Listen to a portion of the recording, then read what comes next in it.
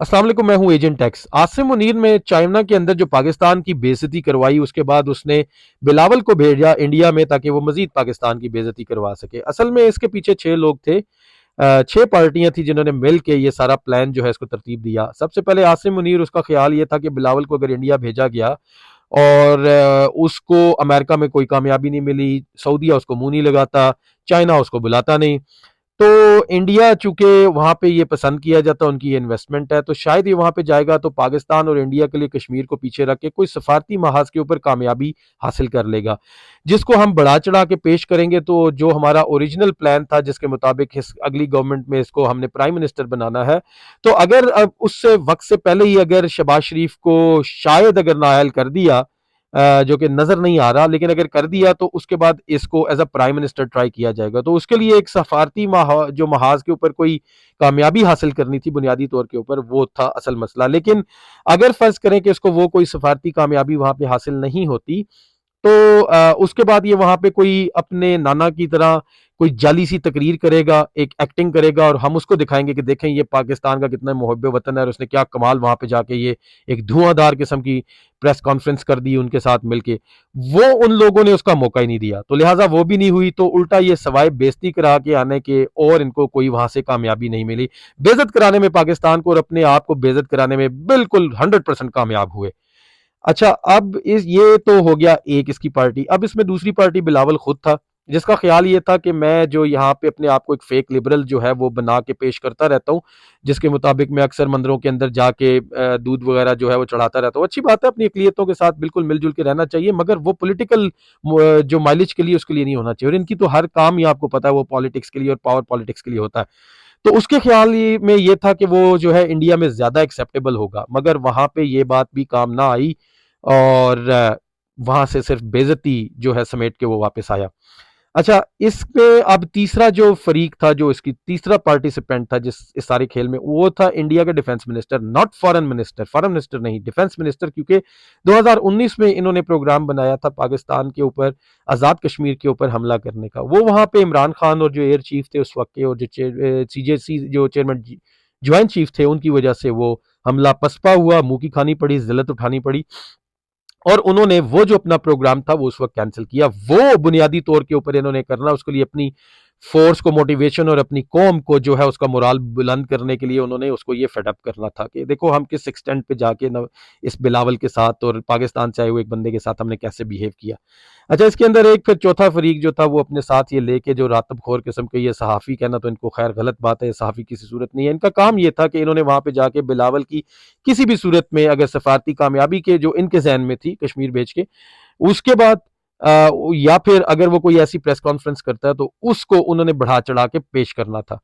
مگر وہ موقع ہی نہیں آیا۔ اور ایسے یہ جو پاکستان کے خلاف 75 سال سے زہر اگلنے والے، جو پاکستان کی ایک ایگزسٹنس کے خلاف ہے، جو قائد اعظم کو کافر اعظم کہتے تھے، یہ سارے وہ لوگ جو سمجھتے ہیں اور جو چاہتے ہیں، جن کی کوششیں یہ ہے کہ پاکستان دوبارہ سے انڈیا کا حصہ بن جائے اور یہ اکھنڈ بھارت کا ان کا خواب پورا ہو جائے،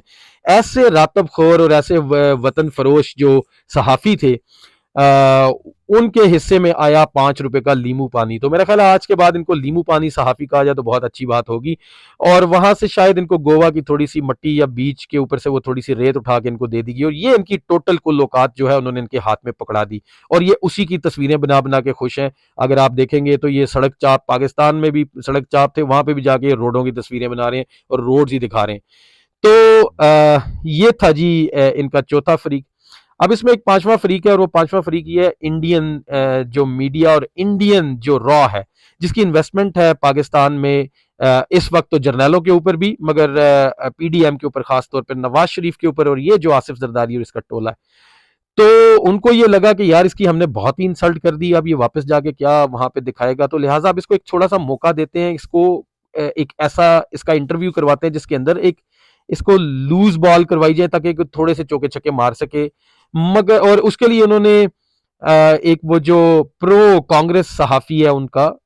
راجدیپ سردیسائی، اس کو انہوں نے وہ لے کے آئے، اور اس نے اس سے بڑے عام سے سوال کیے، حالانکہ بڑے سخت سوال اس سے کر سکتا تھا کہ میاں تم فیٹف کی جو بات کر رہے ہو، تمہاری تو ماں کہتی کہتی مر گئی کہ نواز شریف جو ہے اسامہ بن لادن سے کئی ملین ڈالرز اس نے لیے میری گورنمنٹ ٹاپل کرنے کو، تو تم کس منہ سے آ کے ہمیں کہہ رہے ہو کہ تم فاٹف سے نکلنے کے لیے تم نے دہشت گردی کو ختم کیا۔ اور دوسری بات یہ کہ تمہارے اوپر تو انڈیا کے اندر جو ہے وہ باؤنٹی لگی ہوئی تھی، تو اب تمہاری وہ باؤنٹی کس نے دی؟ اچھا، اس طرح کے وہ بہت سارے سوالات کر سکتے تھے، بڑے ٹف قسم کا، لیکن انہوں نے اس کو بڑے آرام سے پلیٹ میں رکھ کے چیزیں دی، مگر اس کے باوجود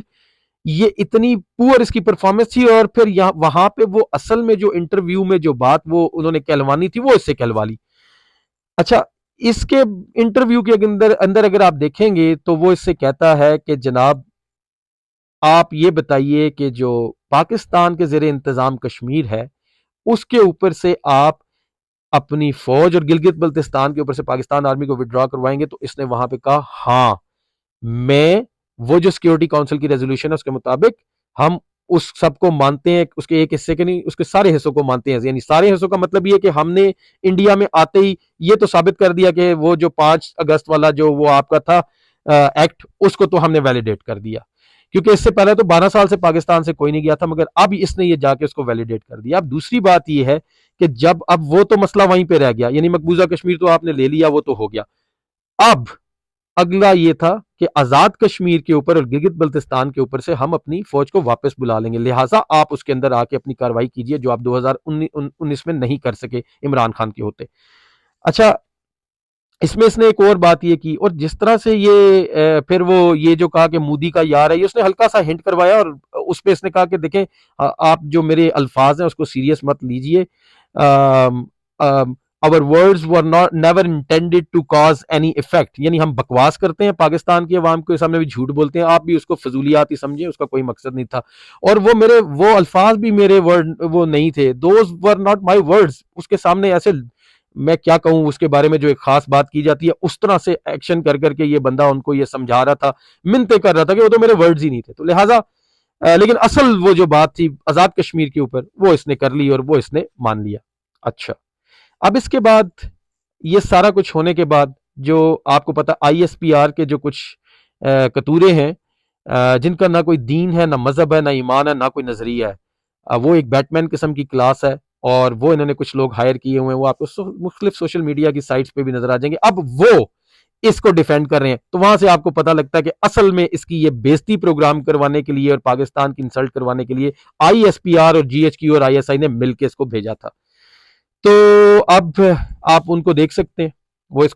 کو ایک ناکام قسم کی اس کا دفاع کرنے کی کوشش کر رہے ہیں جو کہ ہو نہیں سکتا،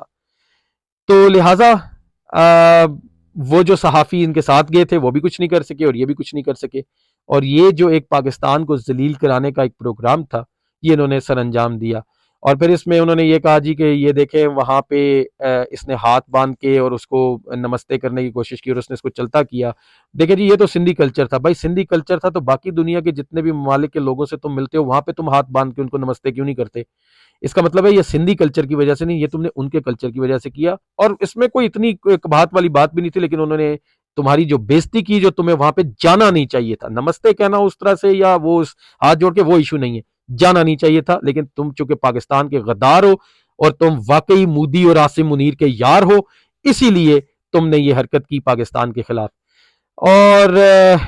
دوسری بات یہ ہے کہ یہ جو شنگھائی کارپوریشن آرگنائزیشن ہے، بنیادی طور کے اوپر یہ جو ممبر ممالک ہیں ان کے درمیان economy, trade, technology, science, tourism, اور اس کے علاوہ آپ کی سیکیورٹی، آپ کی جو انوائرمنٹل پروٹیکشن، آپ کی ہیومن رائٹس پروٹیکشن ہے، ٹرانسپورٹیشن ہے، اس طرح کے جو موضوعات ہیں اس کے اوپر وہ اپنے جو ہیں وہ آئیڈیاز لے کے آتے ہیں، اور اس میں وہ ٹریڈ کے لیے وہ کوشش کرتے ہیں اور مختلف معاہدات کرتے ہیں۔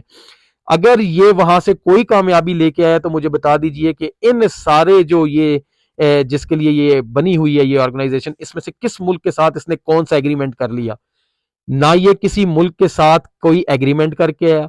اور انڈیا سے اس نے صرف بےزتی کروائی اور کشمیر کا سودا یہ کر کے آیا، مودی کا یار